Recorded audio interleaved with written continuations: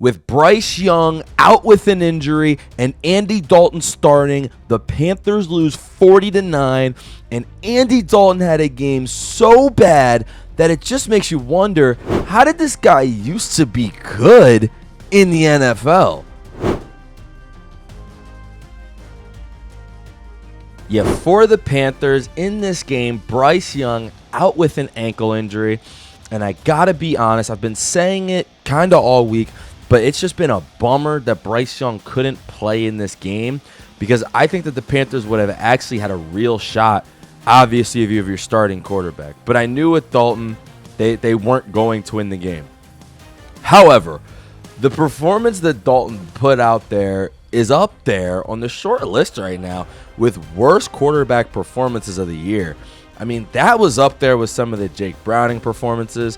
Now, what didn't happen was you didn't get like pick sixes and fumble returns for touchdowns like they had against the Vikings. So, I mean, it wasn't at least that. But, my God, they got close, actually. Espinoza took the ball to the 2-yard line and just didn't score.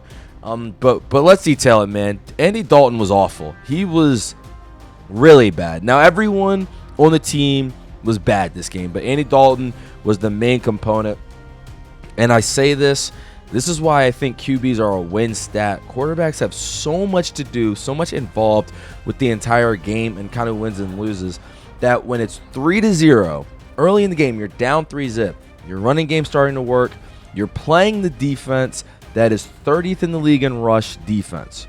So and you have a top-tier run offense recently with a guy who, even though for some reason they're not trying to use Dalton as much now, they gave him less carries than Chuba, beats the hell out of me. I think they're just appeasing, but they need to just use Dalton 20 times a game. But in that, you have an offense that's a downhill running team. So when it's 3-0, you're at the 20-yard line, it's 2nd and 10, and you're 37 years old, what you probably shouldn't do is try to run out of the pocket and then make some explosive play. At least if you're going to run, just hang on to the ball. But Dalton runs, gets caught from behind, strip fumble, and that play changed the entire tenor of the game. Because the game that you needed with the Bills was one where you keep it close. They had been sputtering. They had lost 2 in a row. I think that the Bills are a really good team, a mature team. We've seen them a lot with playoff experience. But you want at least those voices to creep in of a Panthers team that I think in some ways is more talented than that Bills team. He just didn't give him a chance, right? Andy Dalton the entire game was out here going like this, pump faking, right? Not throwing the ball, messing up the timing, and just doing dumb stuff. And then the one time he doesn't pump fake, you're down 12-3. You call 5 wide. Honestly, with the way that Dalton had already been playing, you kind of expected a screen, but it's a little different. And again, this isn't all on Andy. This is on Canales. The entire Bills team knew that the screen was going, that it was going to the left side where the 3 receivers were. It was that obvious. You had, I forget the name of the linebacker, but he was pointing down there and then sprinting over to try to guard the screen. Now, still, Espinoza makes a great play, right? He jumped it. He kind of just slid over. And Espinoza, by the way, for those who don't know, he's a right end. So he is a defensive end who picked off Andy Dalton. Dalton, you can't throw that, dude. He's like literally right in front of you. I don't know what you're looking at or what you're expecting right now. Obviously, you're expecting it to be open, but I mean, if the dude flashes in front of you, just don't throw that. And he says, fuck it, I'm throwing it. Throws a pick. The Bills go down, end up scoring a touchdown just a few plays later, and now you're down 19-3. And the announcers even said it. Sorry, I forget who was announcing this game. But kudos to them. They even said it. It might have been Greg Olsen, actually. It was Greg Olsen, I remember. But they even said it, well, if you're up 19-3, you don't have to worry about how bad your run defense is. Exactly. What are you doing, Dalton? You've now cost the team at least 3 points on offense, and you've given up 7 the other way. That's a 10-point swing in a 19-3 football game before halftime. And then to cap it off, the capper, the creme de la creme, the icing on the cake. He goes out there. He goes back to pump faking, right, in the pocket. There's pressure around him. He fumbles the ball, right, his third turnover of the game. I mean, and keep in mind, he's not making plays. He's not going down. I mean, Tet is open, but that's like it. And Tet's great, but I mean, he's not sustaining drives, and they're not really running the ball the way I think they should, and the way that they have been able to earlier. But they can't because now they're down. They keep being down because he keeps costing them points. It's a tough, when a game goes like that, it's a tough corollary, but it happens.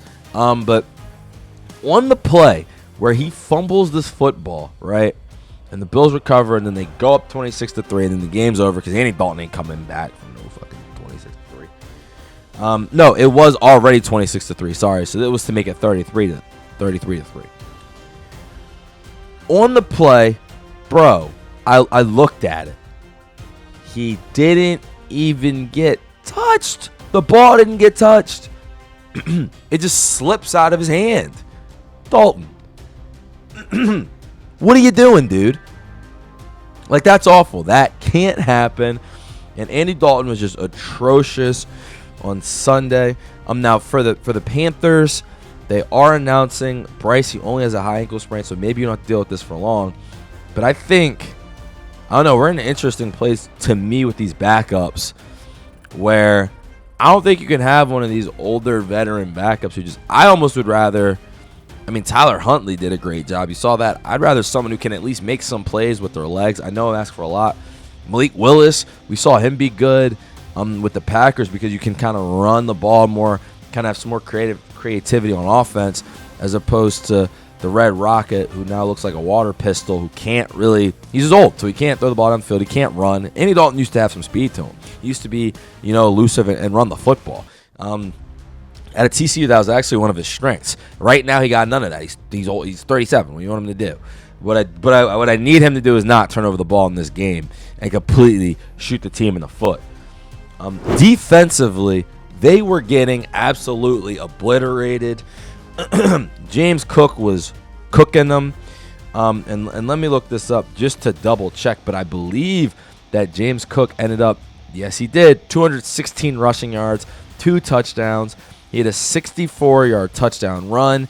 They ended up with 250 on the ground, 4 rushing touchdowns. Josh Allen didn't even have to do anything because of the turnovers from Dalton and the defense just not being able to stop the run. And a lot of things with the big Panther propaganda guy. He was pointing out the Panthers had stopped the run for the last 4 games. And then he made a mistake saying that the Bills can't run the ball, dumb, and that they can't stop the run. Well, they kind of can't. They were 30th, but they didn't get the chance. And the Bills were able to just run all over them. Buffalo, to prove him wrong, has actually been first in the league in rushing heading into this game, averaging 151 yards per game. I don't want to delve too much, but I am interested in the people who hated the Eagles and how they played last year and how they're a run-dominant offense are responding to James Cook, I don't know, being up there with the runners and them literally leading the league in running the football. But the Panthers just could not adjust to the outside runs, the outside tosses. They kept cooking them. And it's one thing when you're getting cooked, right? It's another thing when it's literally the same play. I saw the same toss 3 times go for like 10 yards. I'm like, wait a minute. You guys can't stop this play at all? Like, if they go away from, we know Derek Brown is their stalwart defensive tackle, but if you go away from him, like, you guys can't do anything. You guys can't stop the run at all. And the pass defense has been good, but I mean, running wise, like, we saw them again. It's looking worse and worse. I keep pointing it out, and every week with the Falcons keep doing, but they did shut down Bijan. But I mean, the Falcons seem to kind of do that to themselves. Carolina actually came into this game 8th in stopping the run. They were very, very good at it. But the Bills found something, and it is a copycat league. So defensively, they definitely didn't show up. Now, albeit they weren't getting help, and it is kind of tough. But that 64-yard run, the game was definitely in balance when that happened. So that was a huge play. I think that's what gave the Bills a 9-10, whatever, 9-0 lead, whatever they had. And for me, it's more concerning because of the fact that it was actually just tosses. And not just tosses in that, you know what I mean? Tosses aren't good plays or anything like that. But in that, it was the same play. They made it clear, and it was a lot of the times at the same side. Now, sometimes they were running to the right. Most of the time, it was just toss left, right behind Dalton. Can you stop it? No. And that, not a good sign, especially, like I said, in the NFL, people watch the film, people see these things. You're going to see a lot more of what you can't deal with, especially because on the back end, you get pretty good pressure. Let me see actually where they rank in sacks. But you get pretty good pressure, and your passing defense has J.C. Horn on the back end, right? So when teams are looking to be able to run the ball against a D-line that can kind of cause havoc. And this game, I mean, the Panthers never had that opportunity because they couldn't stop that running game. And it's strange for sure. It hasn't happened all year. And for the Panthers, you just want to make sure that isn't a trend that continues. I take it back. They're pretty bad at getting pressure. They're mid? No, they're bad. 26th in league in sacks, so my mistake. They suck at getting pressure, actually. But they do have J.C. Horn, some good corners, and Derek Brown. But, yeah, I mean, the run stopping, definitely not great. Now, again, you were playing the Bills. I don't want to overreact to playing and getting cooked by Cook and the number one running offense in the league. But 200's a lot, and you never want to see that happen to your team. Specifically, again, even on the first drive, they ran like 3 tosses to the left. Even then, I'm like, all right, maybe give you a little moment, but you gotta be like at some point in the game. Hey guys, they're running tosses. We gotta stop this. I actually think the 64-yarder, what was messed up about it is actually a run up the middle. There's a little counter run. They had a fullback block, and it was a little, to be fair. But the toss was really opening that up, and maybe they did adjust, and that's why that play worked. They were trying to get more guys on the outside. They got hit up the middle. But that's not what you want to see if you're the Panthers, and that's something you hang your hat on so far this year, has been being able to stop the run. Now, coming up for the Panthers, they play the Packers next week. The Packers looked great against the Steelers Sunday Night Football. I haven't watched it, but I heard they looked great. They look dominant like the Packers they were supposed to look like, and they're 5-1-1. That's a tough game for the Panthers. I wouldn't say they're completely out of that game, but obviously they need Bryce Young. After that, you get the Saints and the Falcons. Those are 2 divisional games, but they're not good teams, and you're gonna need to beat both of them. Even though the Falcons will be at home in that game. We know that they're home merchants, as well as the fact that the Panthers haven't been great on the road. By the way, this Packers game is on the road as well, so that's interesting. And after that, you get the 49ers, Rams, Saints. So a tough-ish schedule for the Panthers. You're in a tough position when you have to kind of sort of sweep your division, considering how tough those games are. I don't think a lot of us thought they were going to beat the Bills. I picked the Bills to win. However, if you would have won that game, you would have been 5-3, right, and just one back of the Bucs. Now, I don't, again, think that this is some terrible loss by any stretch. And you're still kind of in the wild card race, and then the NFC West is cooking, but you do get the 49ers, and the 49ers, they have started to look rough, and that would be the team if you're the Panthers.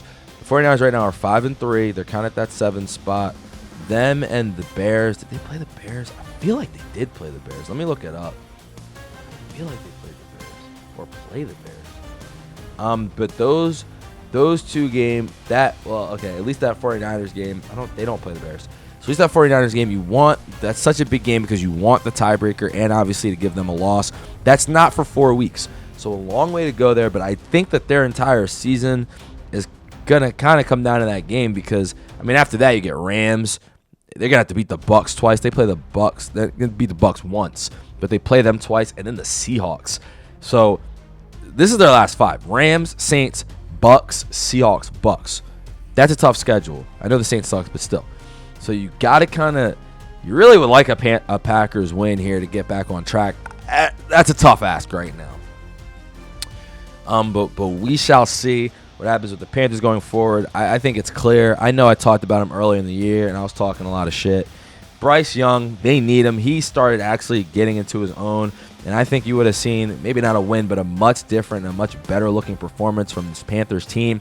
Andy Dalton just can't do it. So get Bryce Young back. Make sure, obviously, that he's healthy first for this down the stretch run. And I'm interested to see what this Panthers team can do throughout the rest of the season. Thank you guys so much for watching. I hope you enjoyed. Please watch some of the other videos on the site. I've created a playlist with each and every football team, and every week we will be going over those games. I'm really loving this, enjoying it, and hoping you guys are as well. Of course, like, subscribe, and if anyone wants to sponsor, we're looking for Lumia Sports Productions is looking for sponsors. Shout us out. We will shout you out during the video. Thank you guys again for watching. Have a great day. Enjoy.